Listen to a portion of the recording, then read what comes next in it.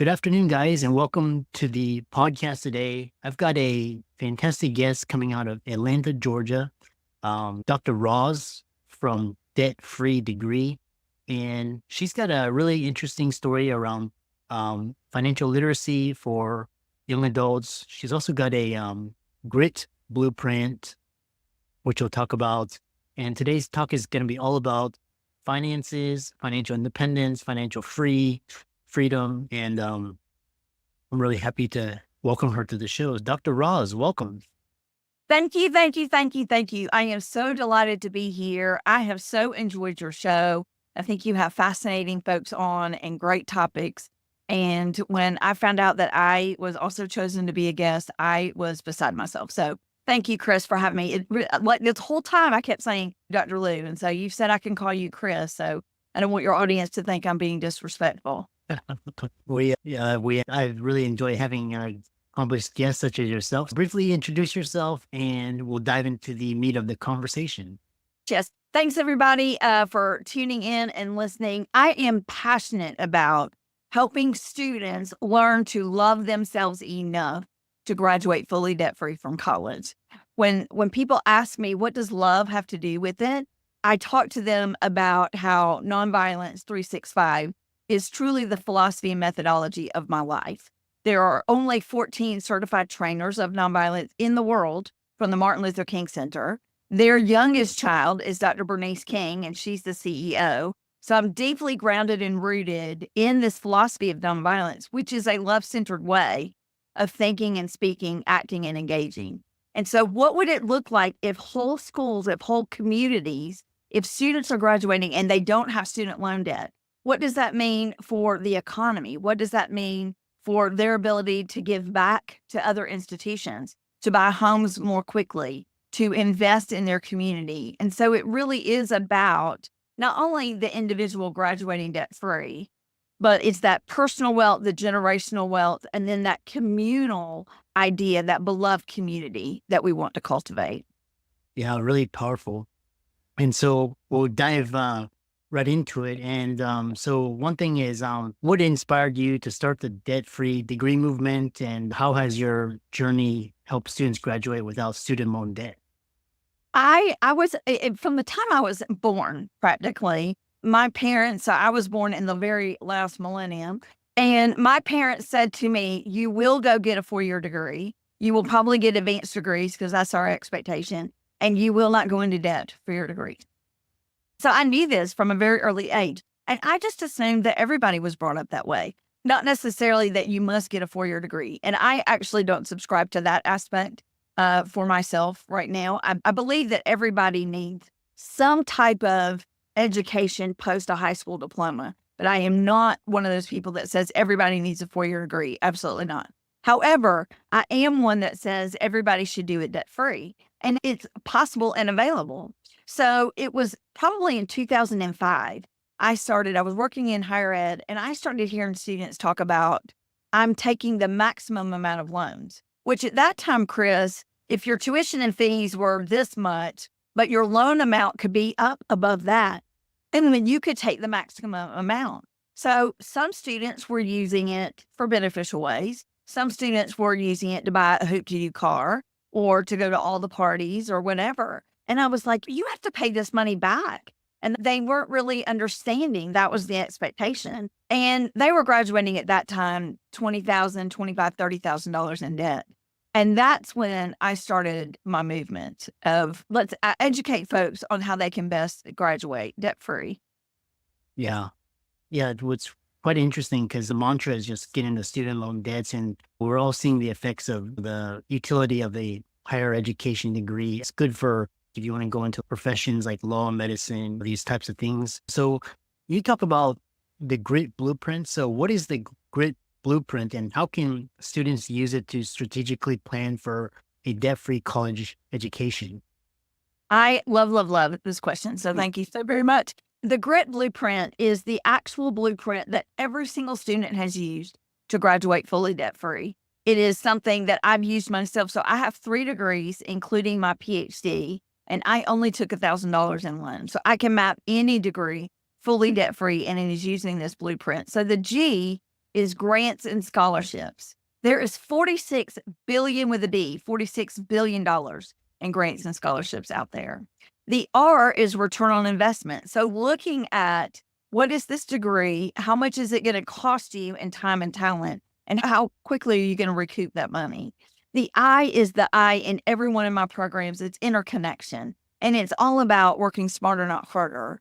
And then the T is my proven triangle approach. So if you think about a three-legged stool, you have one leg is SM, that's student money. What is the student input? What is their money going to look like towards a debt-free degree? We have FM, which are your friends, your family, your folks, the people you're familiar with. It's what is their input. And then OPM is our favorite. And what do you think OPM stands for, Chris? Other people's money. Other people's money, exactly. And so it's a combination of that. And as I always tell my students, all money is OPM. All money is OPM. Yeah, interesting. I love that. Next thing is this student loan debt crisis. And like I said, how do you see student loan debt affecting current generations, mental health, career choices, financial futures? What systemic changes do you believe are necessary to address this issue? So one of my goals, Chris, is to work myself right out of a job. Okay? On my book and access to the Debt-Free Degree Club curriculum, I want every single student to have access to it. So right now, there are 30 million students in middle school and high school in the United States. And so if everybody had access to the Debt-Free Degree Club curriculum, access to the book that says we will say no to student loans, again, it goes back to not only how does that impact them personally, because the minute they walk off the stage, if they owe student loan debt, their choices are diminished because they can't say, oh, I owe student loan debt, so let me go try to build my own business. I was in higher ed almost 40 years. And then I became an entrepreneur. I can tell you how difficult it is to go from an employee mindset to an entrepreneur mindset to a CEO mindset. And those are three different levels of mindset. If you walk across the stage and you already know that you owe $500, $600, $700 a month in student loans, you don't have the wherewithal or the freedom and the latitude to start your own business. Whereas if you graduate debt-free, all of that changes. Everything, all of your choices, all of that just opens up. And again, because we recently had a horrendous natural disaster in our nation. And we know people who are impacted. And just because Elizabeth got to sit in her house and the power never went off does not mean that my heart isn't broken for my brothers and sisters that are in this area that is flooded and devastated and decimated. And we're all interconnected. So understanding that when Chris walks across the stage completely debt-free, then he's impacting everybody else around him. So that's my vision and goal, is that that every single student has access to the Debt-Free Degree Club. You know what? Honestly, Chris, my goal up until a couple of weeks ago was to have a Debt-Free Degree Club at every middle school and high school in the nation. And our public schools are exceptionally difficult to get a new idea into them, number one. And number two, the horrendousness that we put on public school teachers, and they just say, I can't do one more thing. So you would think that teachers would be all about this, and that is not who is excited about this. It's parents, it's financial advisors, it's folks who understand that ROI piece. Yeah, we have a student loan debt crisis, and I think Biden, they tried to forgive all it's like, and there's a lot of people are questioning the value of the public school system and whether or not a college is necessary. Why do you believe financial literacy is crucial for students and families navigating the cost of higher education, and how can schools better integrate it into their curricula? I wish they would better integrate it. One of the things about a debt-free degree, just like anything else, is it's not magic and it's not going to happen overnight. As I mentioned to y'all, I've been out of high school many decades. And so if I say, oh, you know what? I have my 40th high school class reunion next week. I need to lose 50 pounds. I'm going to call Weight Watchers and I'm going to ask them, how can I lose 50 pounds by next week? It's just not going to happen. And what happens with that, Chris, is I had people April, May, June, July, parents reaching out and saying, my child is going to school in August. and they want to earn a debt-free degree, and we are short whatever it was, 10,000, 15,000. One of them was $37,000. What Mm. can you do to help? But you know what? If you don't have that mindset from the very beginning, then coming in on the back end makes it harder. Now, that doesn't mean that I couldn't help them.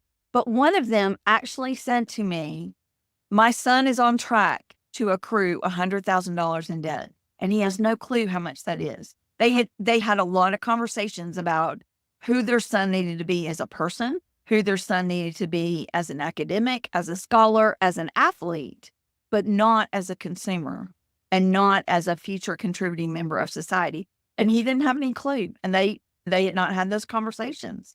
And so I don't think that's an anomaly. I think that's happening all over. I think that's why students rightly think, I'm going to walk into my school's financial aid office and I'm going to get financial aid. I'm going to get help for my finances. But that's not what financial aid is there for. Financial aid is there so the student has access to loan funds so that they can pay the tuition that the school has set or the fees that the school has set. And so it doesn't exist to help the student graduate debt free. Yeah, it was interesting because I'm a Gen X millennial, and my generational cohort was like, just take out student loans. The main thing was like you were talking about is like just achieve something. Like they were like, you get into Harvard, Stanford, and take out a student loan where your parents will pay for it, or you'll get a job later on that pays for it. And people are starting to question that mentality. I don't know if I can ask this, and if you choose not to answer, or if you think this is inappropriate, or I don't know if you have a remixer and you're like, let's just take all this section out. I'm curious though, as a physician, did you graduate debt free? Yeah, I actually graduated because what's interesting was I took an alternative approach. So whereas my friends and colleagues were going to these extremely high ticket institutions, back then a year at like Harvard or Stanford was like 70K or something. Now it's probably 100 to 2. It's something outrageous, but I was like, I'm not going to do that. I'm not going to pay that money for. And then I'm like, so I was more strategic. So I was looking for scholarships. I applied for every single scholarships, and I'd try to I was very strategic. So what is the biggest bang for my buck? Like what institution will give me the best chance for success where I don't have to pay anything. And so I took that approach, and it worked out better because a lot of my colleagues that went to these very elite schools, they ended up not as good futures because they ended up in debt and was very competitive, and a lot of times they couldn't hang. And then the same thing with medical school is it's really hard to get a free ride to medical school unless you're a superstar or you're a minority but there's different pathways from which you can get your tuition funded. Me, I graduated debt free because I spent 4 years pursuing a PhD, doing research for the institution. That was my path. And during those 4 years, I invested myself and got financially free, learned about the role of money. And it was the best thing I could ever have done. I hope that answers. Does that mean you're good at a PhD and an MD? Yeah. Yeah. I was in yeah. Wow. So I know your listeners might not be able to hear this, but I am giving Chris a big old pom-pom. I am just cheering you on because, Chris, most of the people, when they say, okay, you say you can map any degree debt free. What about a dentist? What about a doctor? And I always say military because that's another path. And so I now have this story, and I am going to be sharing this widely. Not that I wasn't already, but for years and years to come. Let me tell you how I was on a podcast with a gentleman who graduated with his PhD and his MD debt free. Kudos to you, sir. Kudos to you. But it's interesting because I'm like the 1%, because a lot of like my classmates, they were like, yeah, I'm not going to waste 4 years and forego a 6-figure salary. I need to graduate as soon as I can to pay off that student loan debt. And so it's basically this hustle mentality. And so basically they would take on that student loan debt, that 4 years and to pay it off. But like I said, it's not the traditional standard way yeah. And that's the whole thing about debt-free degree. It's not the traditional standard way. And also, when you walked across the stage, you owed zero. You owed nobody. So you can go open up your own practice. You can go do whatever you want to do. The sky was the limit because you didn't have to pay that back. And it's so short-sighted of you have brilliant colleagues, you have brilliant peers who obviously were in those top 1% to get in those programs, and yet they didn't have the financial education and the financial literacy that you have. And I would be curious how many of them lament paying that student loan payment every month. I talked with a student, it was probably about a year ago. I had just been to a networking event and just met a brand new dentist. Like, he had graduated in May and this was like June. And I said, I'm just curious, if you don't mind sharing, how much student loan debt do you have? And this young man said, and he was young, he just graduated from dental school, $400,000 in debt. 2 months later, I'm at this networking thing for college students that I do. And the student said, I want to be a dentist. And I was like, you're looking at 400 grand in debt. I think you should perhaps thinking about the military. Nope, I can't. That's just too confining. And I said, how confining is it going to be to pay off $400,000? We get to pick our hard, right? It's going to be hard to do military. It's going to be hard to pay it back. Pick your hard. Yeah.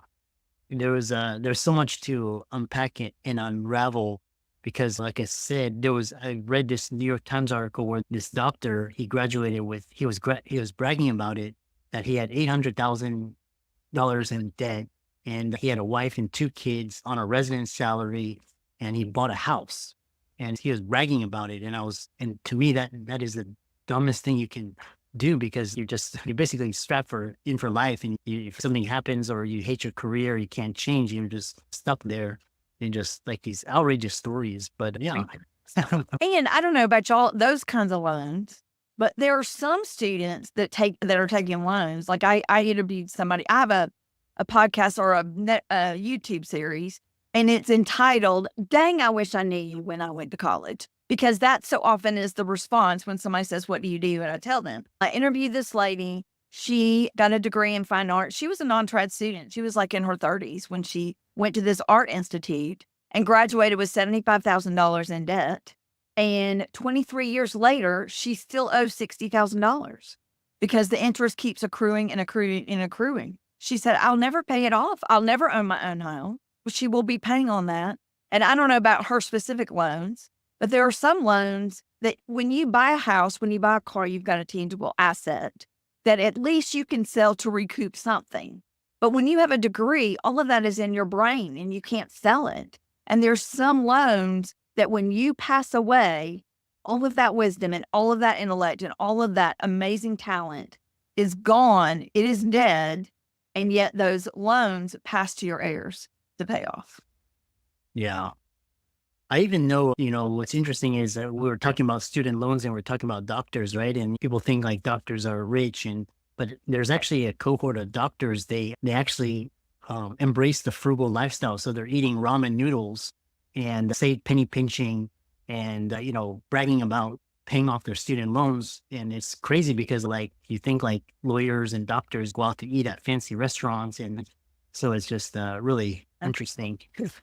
Yes. But that is obviously our lives had not intersected at that point. And I can map your plan by the Grit Blueprint. Here's the SM. Here's what Dr. Chris did. Dr. Chris. Now that I know that you're Doctor, it's really difficult not to call you Dr. Lou. But this is your SM. And then your friends, your family, your folks, they helped you somewhat. And then OPM was out there. You had a whole OPM that says, if you do the PhD, we'll help you with medical school. Beautiful.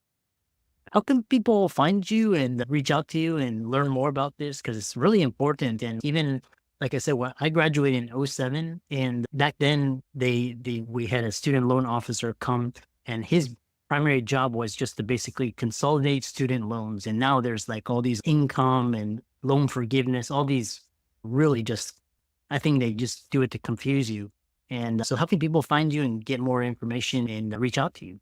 Absolutely. Absolutely. So I'm on Facebook, Debt Free Degree with Dr. Roz, same thing on Instagram, and find me on YouTube. I've got my YouTube channel. It's just YouTube at Dr. Roz, and lots of videos are there. And then of course my website, drroz.love. I also, Chris, just for your audience, I have a great download for them. So for those that are interested, I have a free chapter of the book, free chapter 1 of my Debt Free Degree book that came out in June. And then I offer 2 free webinars a month to come and get more information. And I would be delighted for your audience to join me there. And so both of those are there at drroz.love/financial freedom with Dr. Lou. I love that. And thanks so much for really enlightening podcasts. And it's really enjoyed talking with you. And I encourage all the listeners to check out Dr. Roz's resources and keep up the great work. Thank you, Chris. I appreciate you so very much. Look forward to future episodes, and thanks for all the amazing work you are doing.